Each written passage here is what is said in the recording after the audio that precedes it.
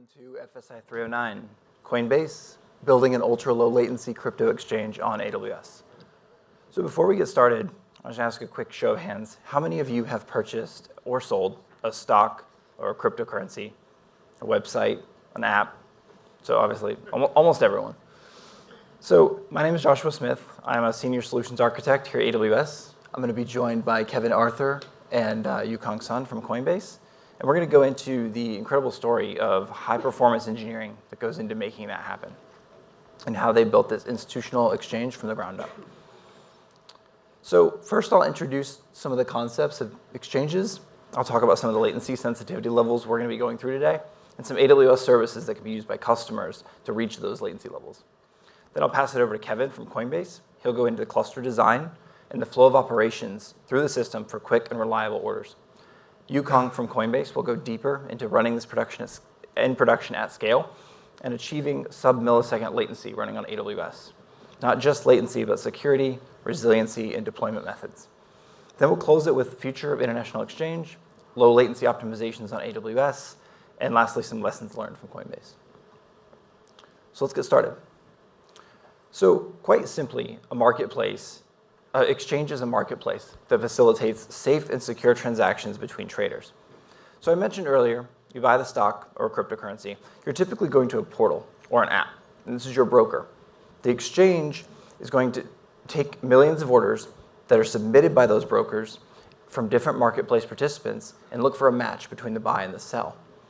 Once the exchange finds a match for the broker, the transaction is completed either by exchange or broker, and the completed transaction is then returned to you. So I bring this up because it's important to talk about why latency matters. We want two types of latency. We want low latency, but we also want incredibly predictable latency. Low latency ensures that the marketplace participants are able to compete fairly and ensures an efficient market. Less time between seeing a price and acting on it means that traders are able to execute quickly and fairly, and they're more likely to continue to use an exchange. We want stable latency because traders need to know how long until a trade will execute. How long do they have to cancel the order, to get in and get out? They're unlikely to continue using exchange if it's unpredictable. And this image illustrates fairness. It's very important that every exchange gets the same low level of latency without any head starts or unfair advantages for specific clients or traders. So in terms of latency goals, we can really separate this into a few different buckets. We have less latency sensitive applications. And this is typically several hundred milliseconds all the way up to several minutes, 10, 15 minutes even. This is better for reporting applications, some types of risk evaluations, basically anything that's asynchronous, being run daily, hourly. And for this, the time equivalent we're looking at is about the time that it takes light to travel from the sun to the earth.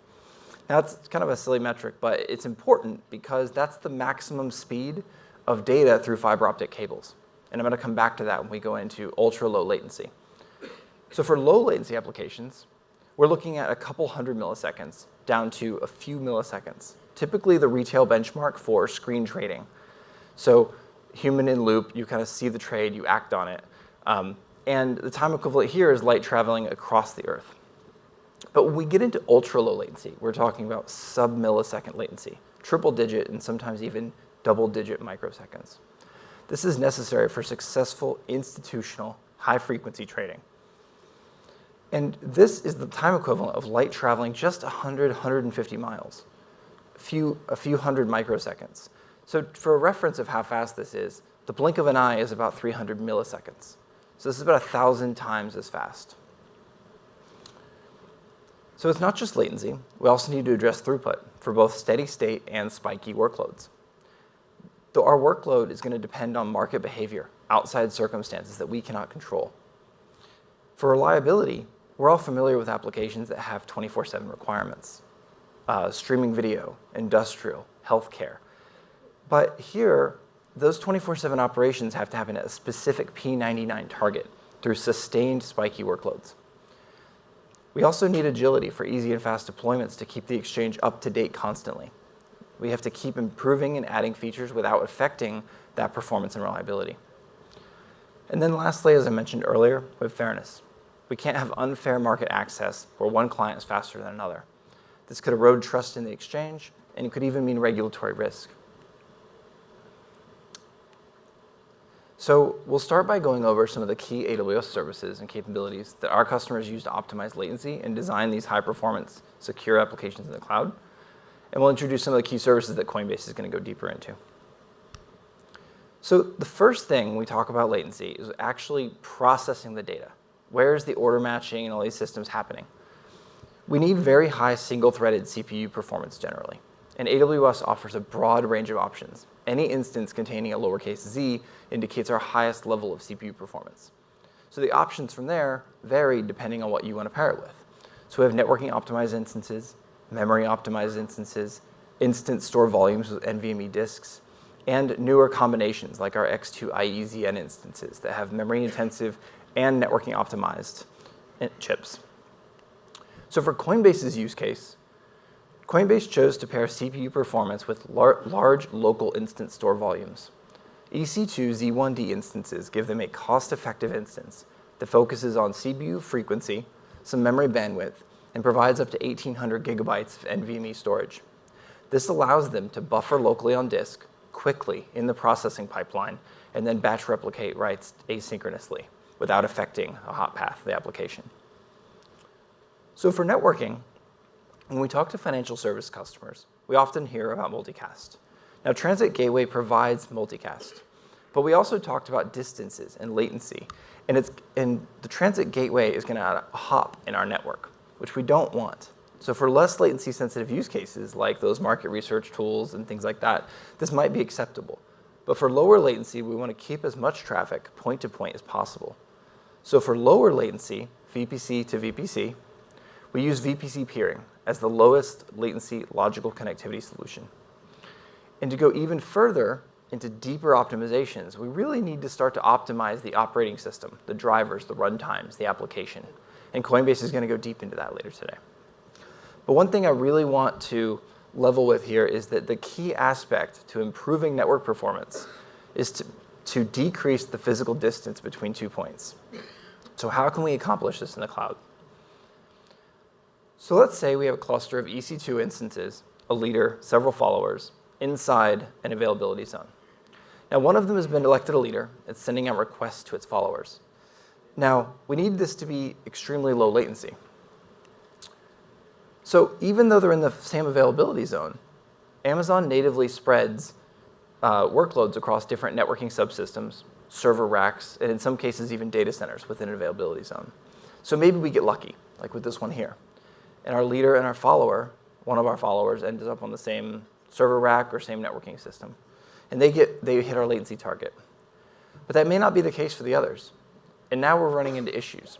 So in terms of cluster management itself, maybe we're running into consensus problems. Maybe we have leader election failures. But if we zoom out to the functionality of the exchange itself, maybe we start to fail to match orders and we impact our customers. So what we can do is use an AWS cluster placement group. This tells EC2 that we want the instances to be started up close together inside the AZ. This packs them together and it enables workloads to achieve our low latency network performance for our highly coupled node-to-node communication. So now that we've addressed some of these networking aspects, we talk about ingress security. AWS Shield is a managed DDoS protection system that can automatically scrub bad traffic at specific layers, protecting against SYN floods, UDP floods, and other types of reflection attacks. Shield Advanced adds on top of this enhanced visibility into DDoS events and a Shield response team that can be contacted for escalation during an attack, as well as cost protection for impacted services. But most importantly for our latency story today, automatic mitigations are applied inline to protect AWS services, and this means no latency impact.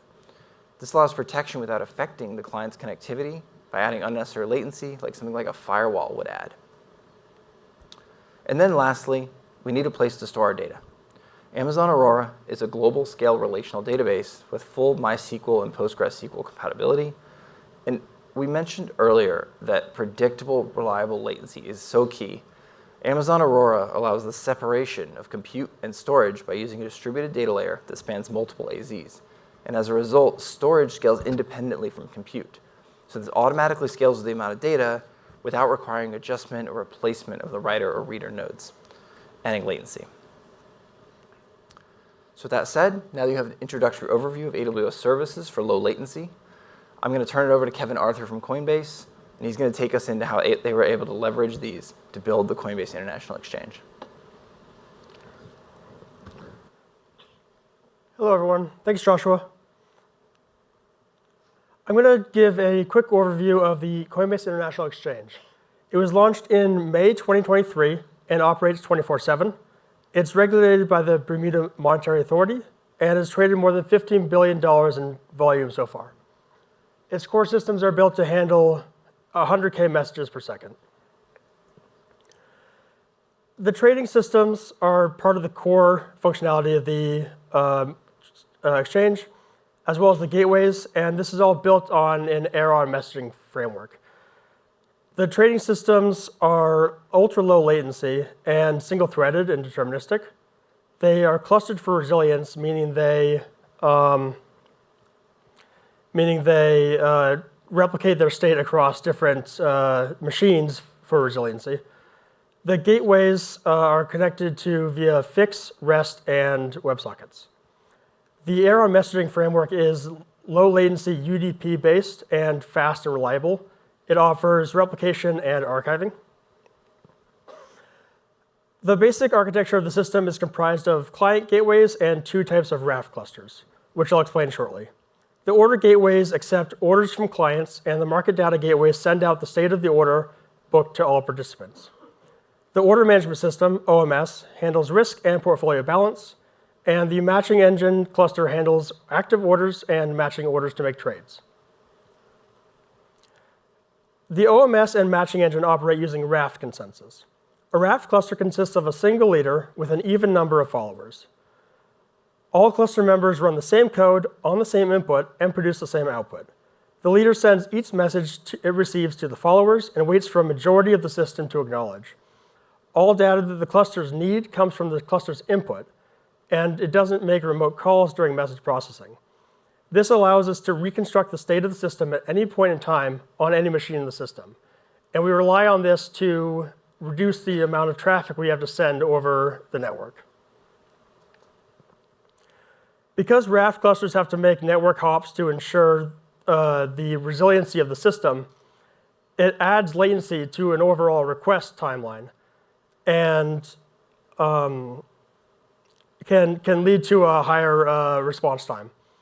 The cluster placement groups that we use minimize this impact and allow the shortest possible network transit for each individual request.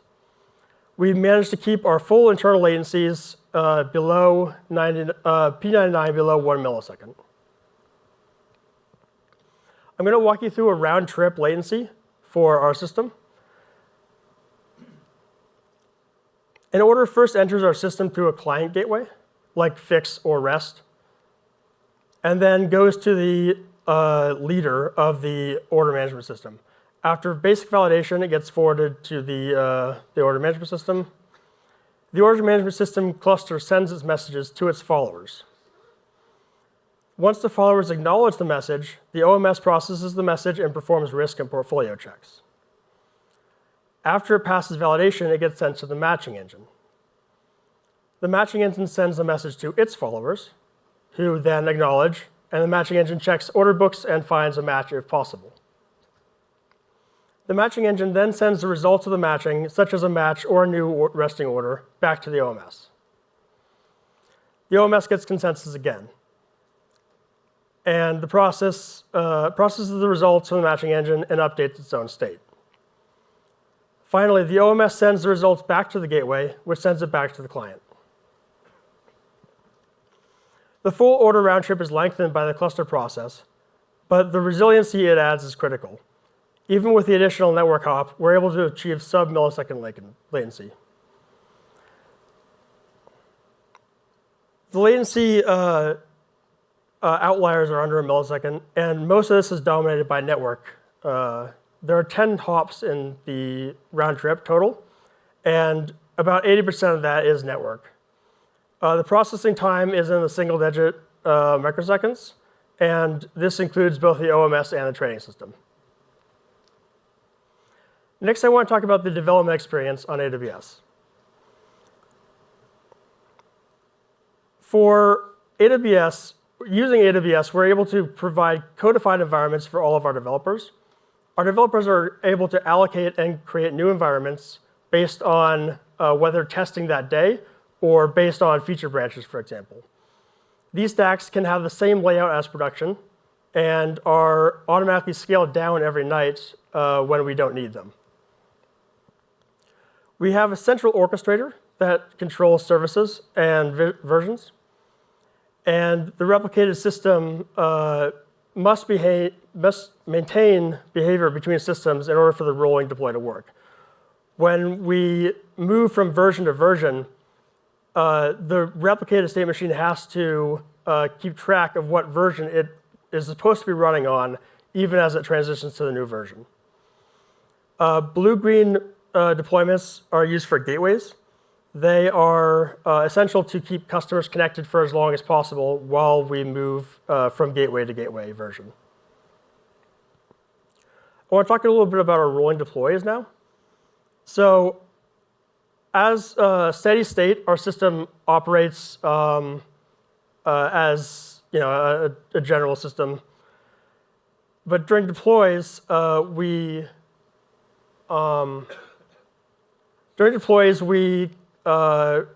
roll each service by creating new services and then shutting down the old ones after they apply.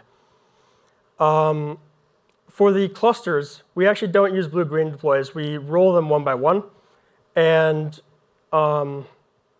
we shut down the version that's running and bring it up with a new version. While the cluster runs, it has to maintain the same behavior in deterministic fashion between versions. And so this means we have to basically guard behaviors as we move from version to version, and then enable the behaviors later. Our full system deployment looks like this. And next, I want to hand it off to Yukong, who will talk about building a cloud-native exchange on AWS. All right. Thank you, Kevin, for a detailed explanation about the design of the international exchange.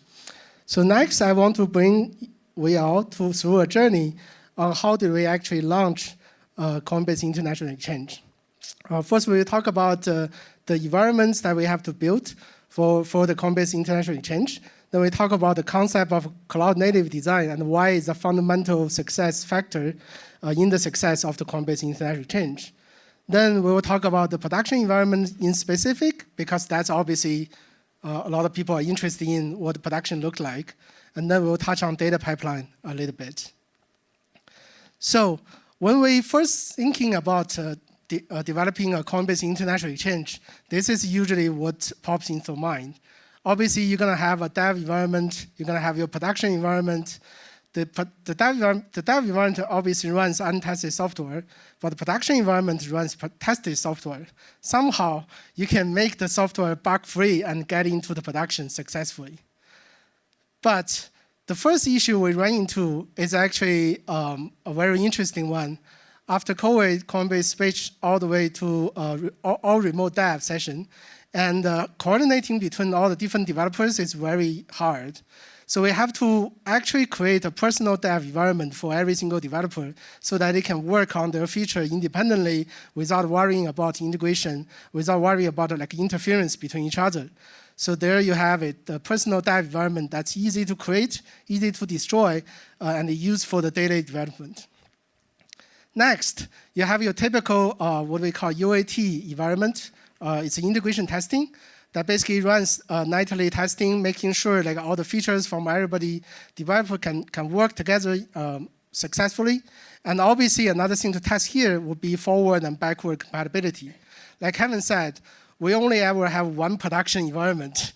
If we screw up there, nothing will save us. People are going to lose money. A lot of things bad things will happen. So we have to make sure that everything we deploy into production has perfect forward and backward compatibility. And then we also test our rolling upgrade mechanism, all kind of stuff over there. The next one will be sandbox. So sandbox is a concept in a lot of financial services that basically is public accessible.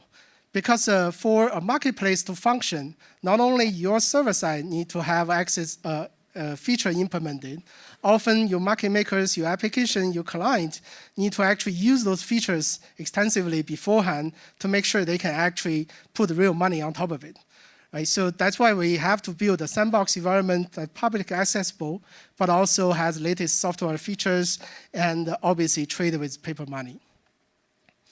Finally, we'll land into the production environment, which is where all your money, all your important feature need to be there. You have to use the best machine, best configuration, and it needs to be highly secure. It's like a unicorn environment that you have to maintain and be very careful operating. That's why we realize not only you need a production environment, what you really need is another kind of production environment, which is not real production, but it's what we call shadow production. So this production environment would have a newer version of the software running in the background, but it has the same input from the production environment. So basically, you mirror your traffic into this new environment first, and verify that all the new behaviors works fine correctly over there. Observe for a while before you actually switch over.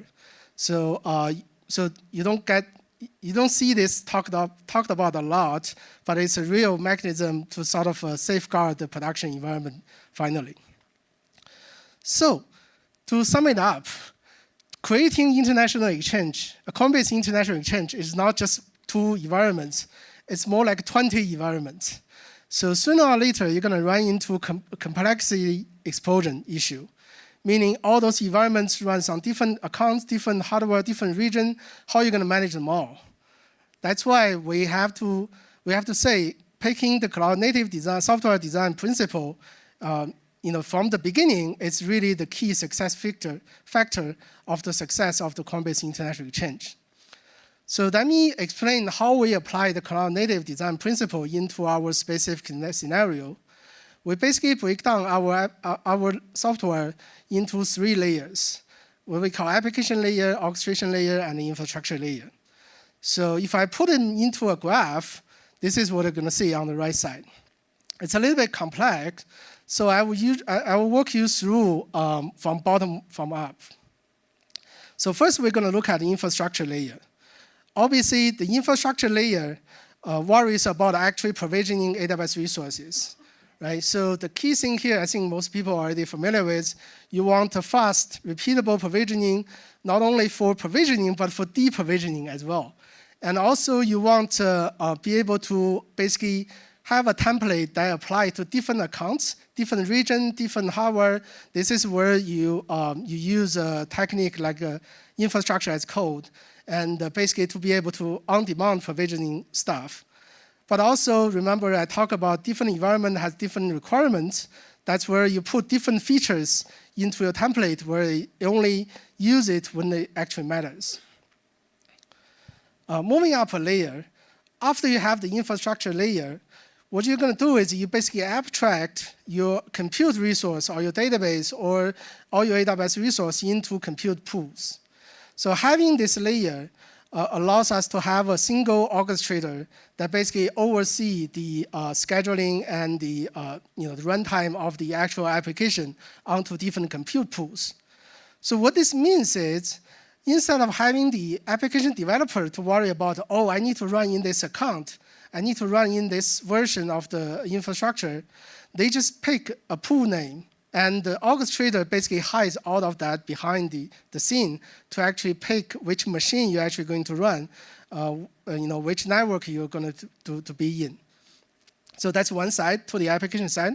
Downward to the infrastructure side, also meaning the infrastructure present as a uniform interface to the application that basically, instead of worrying, instead of hard-coding IPs, you use a mechanism like service discovery, you use other mechanism to basically model your operations. And we're going to see that in a little bit as well. So finally, we're moving on to the top of the stack, which is the application stack. In the modern day of designing an application, you want your application to be composable. What that means is you should be able to test your business logic without relying on whole infrastructure being set up. Meaning if you need some piece of data, that data can either be on your own machine, can be on a database, or can be like abstracted away into some other API interface. So basically, having this abstraction will make sure your application business logic stays stateless. Meaning you are able to run multiple copies if you want to horizontal scale, but also means you basically is able to test your business logic without waiting for all the other pieces come together. Okay, so coming back to the cloud native design, software design, I think a usual journey for a company to apply the cloud native design are usually from bottom up, right? So that's also the order I walk you guys through. But in our case, I think we have the benefit of burning the rope from both ends. Basically, our application, because we're built on the Iron platform, is inherently modular and actually force us to pick a modular design all the way to the infrastructure. Also, because the speciality of our environment, we use a lot of really, really expensive features, and you obviously cannot use them for every single developer. So force us to basically think of this problem from the beginning to the end. So again, I think having this cloud native software design principle applied is really critical to the success of Coinbase International Exchange. Okay. So now switching gear a little bit, I know you guys probably all curious about what it actually takes to run a high-profile, high-stake environment such as the Coinbase International Exchange production environment. So often in designing production environment feels like a thread, a fine line into a thin needle. You have to make trade-off along the way. It often feels like, exactly the Penrose triangle here shows you that you're going to have to make trade-off between different aspects. So one principle I always hold to my heart is that if you lose something over one aspect, you have to gain it back in another.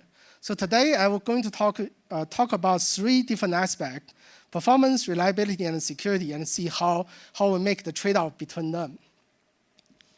So first we look at performance, and we'll talk about capacity planning, our network setup, and the OS tuning. So the reason I pick capacity planning to be mentioned here is that often, in order to have a high-performance system, require you to use a specialized setup. But having that specialized setup also means it has all different, a bunch of implications. For example, as Kevin said earlier, our processing time is heavily dominated by the networking latency. So in order to have a high-performance environment, you're going to have to deploy all your services in a single AZ in the cluster placement group. There's no way around it. But like I said, if you lose something there, you have to gain it back in a different way. That also means the cluster placement group is not free. You cannot just use that and forget all about network latency. First, it must be able to fit all your hot path components.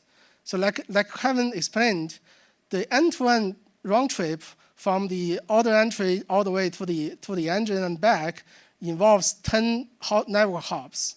Right? So all those components, they have to live together inside one cluster placement group and need to be able to have that available whenever you deploy. So that's the first thing. Second, if you need to do a blue-green deployment, that basically means you need to double your capacity requirements. And during the deployment, you're going to need to have like 2x of the capacity available so you can actually deploy the new software, wait for it to be healthy, and then switch over.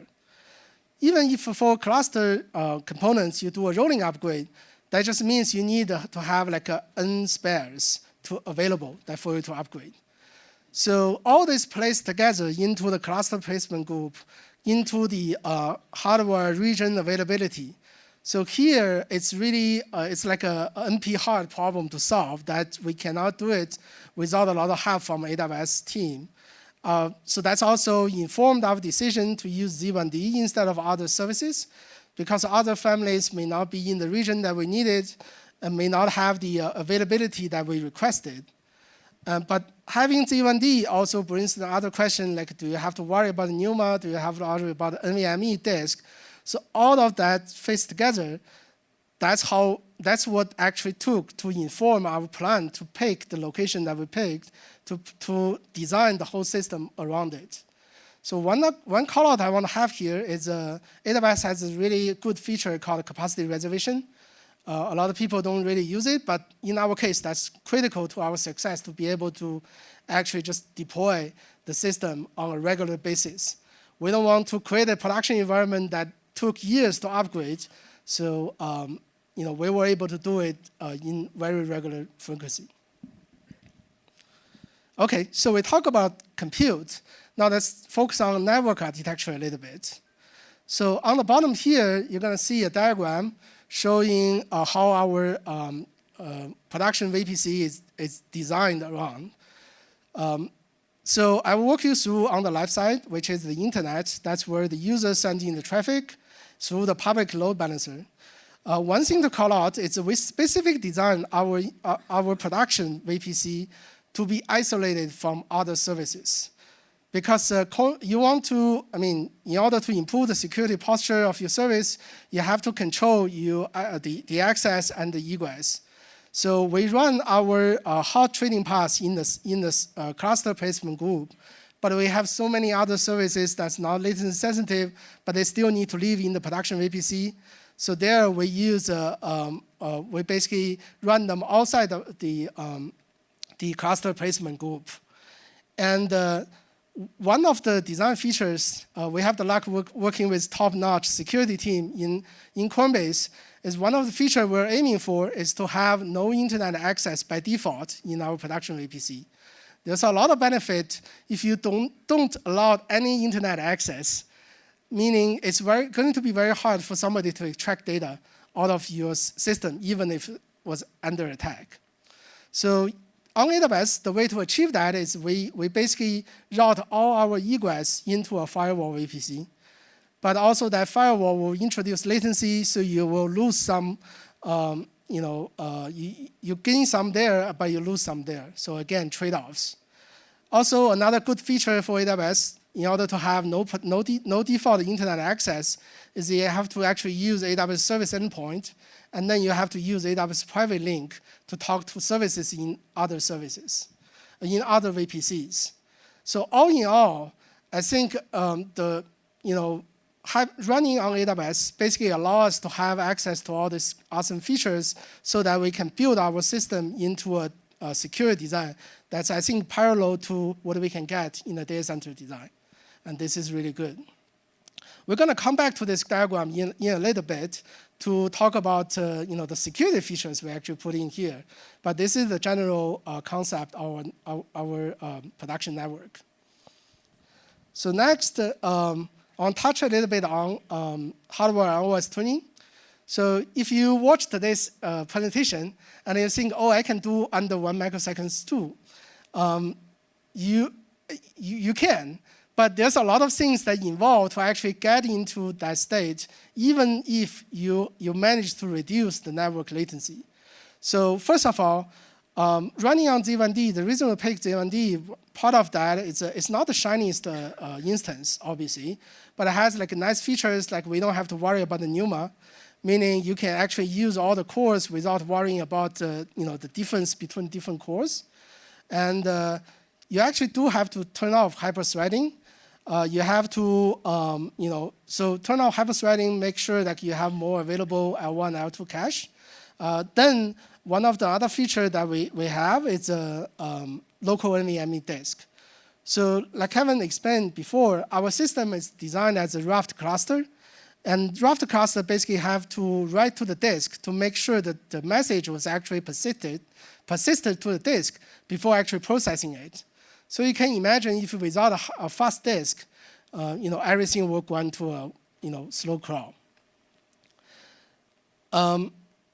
Besides that, another important part of tuning the production system is I just have this slide here to show you that basically anything you can find on the internet talking about how to tweak the Linux for low latency, you can still do it on EC2. And the concept is simple. Basically, try to isolate your hot thread with your cold thread. So by doing all of this, you have to do all that, really, to get the Linux system to be low latency enough. But doing that basically improve order of magnitude in your P99 or more. So this is still really necessary, so it's not just free. You pick J1D and that's it. And you have to actually take into this account into the whole software design that basically need to have a way to identify your hot thread and then having something like in the background to move your thread off work. So this is like we really put a lot of work into this to be able to achieve the latency numbers. Okay, so we saw the performance aspect, but now let's talk about the reliability. So I know when we talk about single AZ, processor placement group, a lot of people just immediately will say, ring a lot of bells, at least for a solution architect like me, right? So you lose some reliability guarantee over there because you run a single AZ, then you have to gain some back. To us, I want to talk about the things that we think is most critical for us. The first one is we choose to actually build a real-time monitoring and alerting pipeline.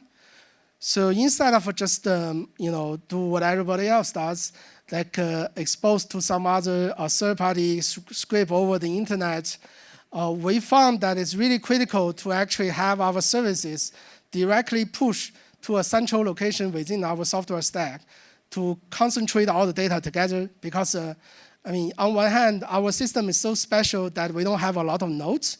On the second hand, it's a lot of things can happen in a second. Let's to say like 20 seconds, a minute. By the time your monitoring system realizes there's a problem, it's already too late. So you typically cannot build a control loop based on non-real-time monitoring data. But if you don't do this, then typical solution would be, when you do like blue-green deployment, you have to wait, right? So you add a sleep here, you add a sleep there, and sooner or later you run into your deployment takes like 4 hours, right? And it's not good for anybody. So I think real-time monitoring, alerting is really useful. The concept is simple. There's a lot of off-shelf solutions, but this is like pretty critical for our success. Second, like Kevin mentioned, we decided to do operation as code, adopt the operation as a code concept since the beginning. On the right side, you can see I have like a small a graph there. It basically shows you what does operation as code really means. It basically means when a developer says I'm going to upgrade production, you're not just gonna say you can do it, you can't do it. You actually has to see what actually he's changing on the production system. Like in this case, we have a job called mock traders that basically is a trading bot that in our dev environment. So developer decide to add another environment variable, and you can actually review this when you review the operation as code that he submitted. So this allows the system basically understand, the people involved to actually understand whether this operation is safe or it's not safe, and decide and do the right thing. So give you approval ability, give you audit ability, and then another aspect of doing operation as code is basically you can enforce the best practice. So that's what we call SOP. So we have the SOP enforced at the cluster level. Every time you do a cluster upgrade, you have to do what bottom says, one line at a time. It's always happened this way. There's no way around it. When you do a system that supports blue-green deployment, you get the graph in the middle that's automatically enforced every time. So there's no patching, there's no hot fixing, there's no you have to do this way. The real trick here is to make it as painless as possible, so developer doesn't feel it's a burden, right? So otherwise they will always find a way to work around it. So As I said, you lose some in one aspect, you have to gain it back in another aspect. So you were probably thinking, oh, single AZ, how are you going to fail over? You're going to lose data. Yes, that's the fact. That's an exact business risk that we decided to do, decide to take on because in order to have this best setup. So our disaster recovery is very simple. We have to stay in one AZ, but we don't need to have single point of failure in that AZ. So the AZ failure is different than if you have like a single machine outage. So first, we need to cross that off the list. We need to make sure our system doesn't have a single point of failure. Second, we designed a replication strategy that replicates between AZ1 and AZ2.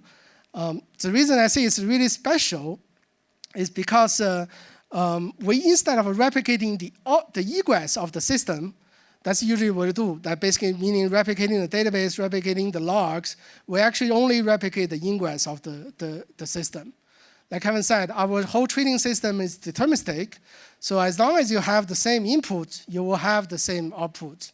You just have to rerun that in a separate process if you decide to fail over. So we have a typical setup which region A has two AZs. You replicate the ingress between them, and then you have like an offset backup that basically has a different replication stream.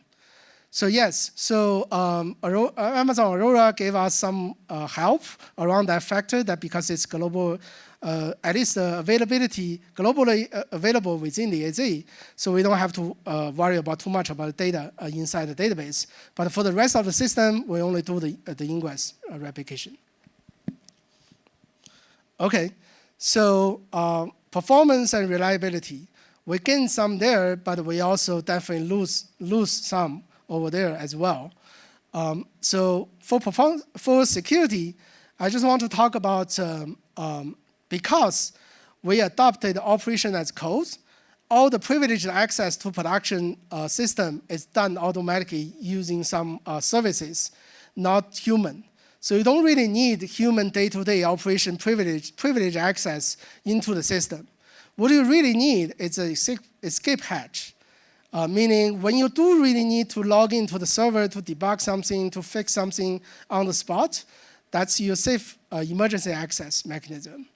So in order to set this up, we have to build on top of Coinbase existing SSO infrastructure that basically does the, so whenever you try to access it to a machine, it sends a request to the SSO component. This component not only enforces you to have MFA, it enforces you to have simultaneous two MFAs available. Meaning if one of our MFA provider is compromised, you're still not able to get production access to the system. So that's a really good design. Second is that's typically you get a signed certificate back, which only have a limited period of expiration, and use that to jump to through a bastion host to jump to your production system. So again, we were able to only have emergency access protocol just because we have the operation as code as a feature implemented in the system. Secondly, this SSO also can be used to enforce all our AWS console, our own management portals, and it's really a good pattern to have. So coming back to the network architecture, so we gained a few things when we design a production network that doesn't have internet access by default, but we, in order to have visibility, observability into that system, we basically have to use a few tricks that AWS was able to offer us. First, for like a DDoS scenario or like or that denial of services scenarios, we rely on AWS Shield. Not only AWS Shield provide us like over the internet, it also covers like scenarios where the traffic originated in the region. Secondly, on our firewall APC, we were able to set up like observability directly on the firewall APC to see what traffic actually goes out, and there's a whole whole pipeline that basically automatically alerts us if somebody is sending a lot of data out. So there's that. When trading system talking to auxiliary services, we enforce AWS IAM role policies so that only the trading system is able to talk to the, for example, if you want to transfer money, only one piece of the system can request the transfer. Only another piece of the system can actually execute that transfer. So all the privileges is separated into different components. You never have like a single root system that can does it all. So you can never have one single point of failure. When you're actually talking over VPC to another service, we have to use MTLS. We have used service authentications between our trading system and the rest of the other services that we have. So overall, I think the fundamental goal here is to make sure the production environment is really secure by default. It doesn't rely on the security of the software design. It adds another layer to prevent disaster scenarios, such as data exfiltration. Okay, so finally, I want to talk a little bit about the data pipeline. So running the exchange at high speed generates a lot of data. And in the typical data center scenarios, it's really hard to deal with because you don't get access to amazing services such as Amazon Aurora that can scale up to hundreds of terabytes without you having to worry about. So in the exchange, there's two types of data that usually was generated. The first one, what we call needle in the haystack type of data. This is where a lot of events was generated by the system, and you need to quickly look it up. The user want to know, what's the status of my last order? You want to quickly list, what is the history of my orders? So those type of lookup, you need the index, and what's better than a Postgres database that can scale almost indefinitely, right? So that's Amazon Aurora. It's surprisingly good for that. So another type of data that's generated in the system, this is like if you go to, if you open your Google Finance, you open any finance application, it will show you a candle graph that basically shows you how many trades in the last hour and what's the open, what's the high, what's the low. Those type of data we usually call the streaming analysis, meaning the data need to arrive at the aggregator within a certain time or period. And the aggregator is just going to keep producing this type of analysis regardless of whether the data is actually there or not. Or, So this type of scenarios, we have to build a different type pipeline relies on Amazon MSK. That basically all our system staging our data into the MSK. And we have something else that basically pull from the MSK, Kafka, that basically reads into our own time series database and then do the computation in real time. So this data is available like almost milliseconds or like even less after it's being generated. And all of that is archived into the S3, so we never have to worry about losing the data. And this is presented as the real-time dashboard that you're going to see.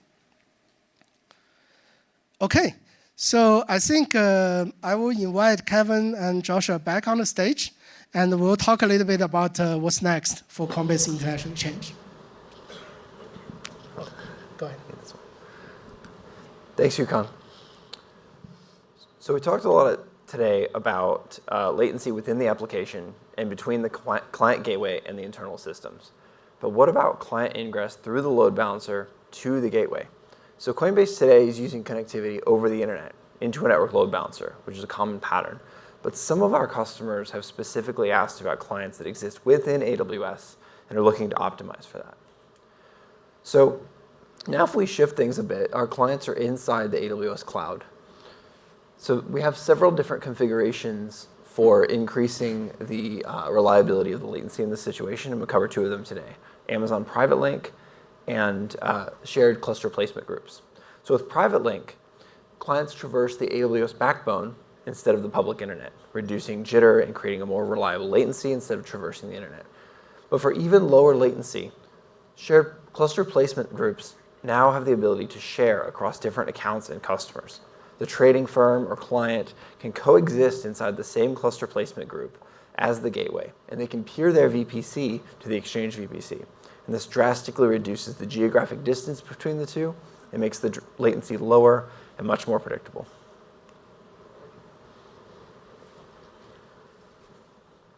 For future improvements, we're looking at various different things that we can do to make the networking faster and reduce latency.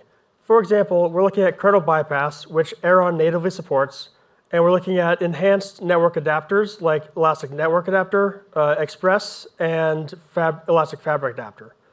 We're also looking at cloud-native services like AWS CDK, the Amazon Managed Service for Prometheus, Grafana, and Amazon TimeStream. Cool. I just want to take the final part of the talk to do a little bit of reflection. When I look back, I think when I'm looking back for the year that we had, I think we couldn't really do it without really powerful collaborations between the Coinbase team and the AWS support team that we have. As you can see in our talk, we talk about helping us to learn about the different AWS features that we can use, as well as all the best practice that we can do on the cloud. So in a sense, Coinbase International Exchange is born on the AWS cloud, and it's going to survive on the AWS cloud. Secondly, the cloud-native design, I think, really rings a bell for me, because designing our software for cloud-native from the beginning really gave us ability to separation of concerns. The application developers doesn't really have to worry too much about the infrastructure. The infrastructure engineers doesn't need to be the limiting factor on what the software engineers can do. Having the ability to do operation as code allowed us to make a safe, in-place upgrade to the production environment regularly, instead of doing it once a couple months. We're doing it regularly. And having ability to do like repeatable provisioning, deprovisioning, really allow us to basically spend money at the critical places and allow us to basically be able to survive as a new business. All in all, I think developing on the AWS cloud really gave us a huge benefit around the developer productivity. Having unlimited personal dev environment, it's like a dream come true. And having shadow production, I think, is really the key success for being able to test a lot of features underneath the big market and without disrupting. So I just want to take this time to say appreciation to the AWS team to invite us for the talk, and I hope this was useful for you guys. Thank you.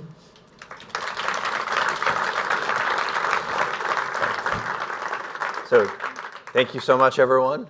That's our talk. And for a call out, we are an extremely data-driven company, and your feedback could not mean more. If you could please fill out the session survey in the mobile app, and our social information is up there if you wish to contact us. We'll be around if there are any additional questions. We'll be kind of hanging around in the lounge. But yeah, thank you for your time, everyone. Enjoy the rest of your event.